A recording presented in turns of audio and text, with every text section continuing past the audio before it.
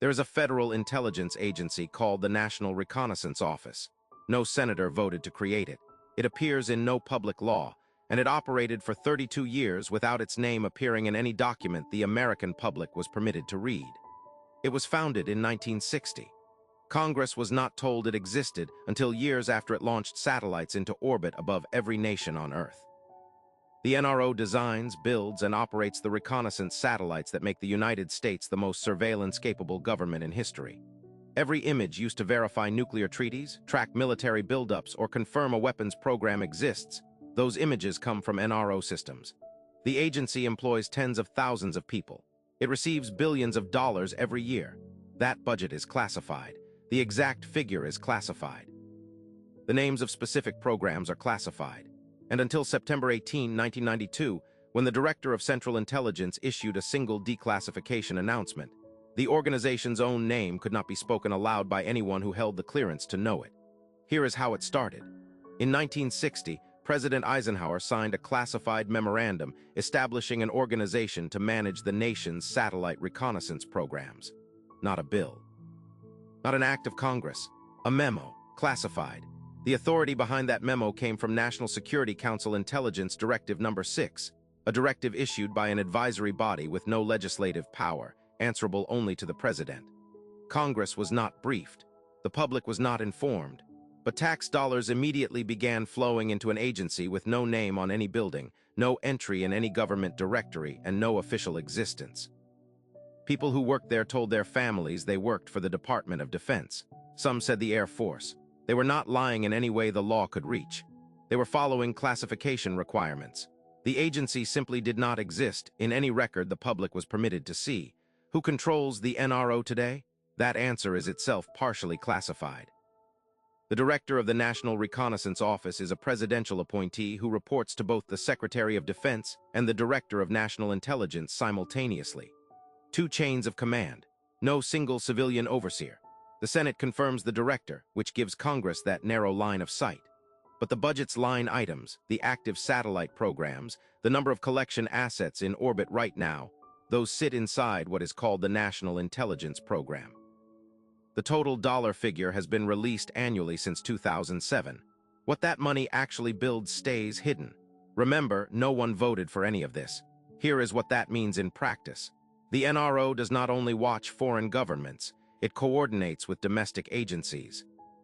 The imagery it collects can be made available to agencies operating inside the United States under specific legal authorities. And here is the part that should actually worry you. It is completely legal. Those authorities derive from Executive Order 12,333, signed by Ronald Reagan in 1981.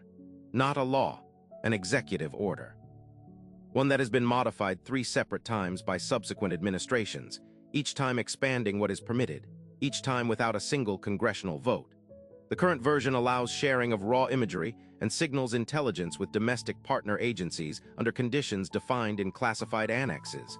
Annexes that the public cannot read, that most members of Congress cannot read without a special escort to a classified facility. Consider what that means for an ordinary person.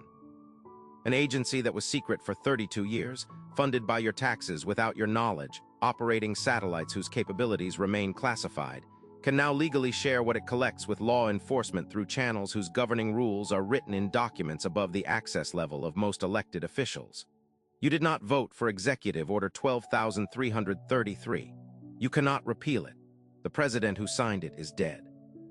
The 3 presidents who expanded it did so without asking anyone outside a classified briefing room. And here is the structural lock that makes this permanent. The NRO's authority does not rest on a single statute Congress could vote to repeal. It rests on layered executive directives, intelligence community directives, and classified annexes chained to those directives. To undo it, Congress would need to pass legislation that explicitly overrides executive authority in this domain. Every attempt runs into the same wall. The executive branch asserts that conducting foreign intelligence collection is an inherent presidential power under Article 2 of the Constitution, authority derived from the role of commander-in-chief that predates any statute. Courts have largely declined to define where that authority ends. The NRO operates in a space where no court has drawn a line, and no legislature has successfully forced one. Now consider what that structure tells you about every other intelligence agency. If one agency can operate for 32 years without public acknowledgement, funded through classified appropriations, created by memo rather than law, and expanded by executive order rather than legislation, the question is not whether other structures work the same way. The question is how many. The intelligence community acknowledges 17 member agencies. Their existence is public.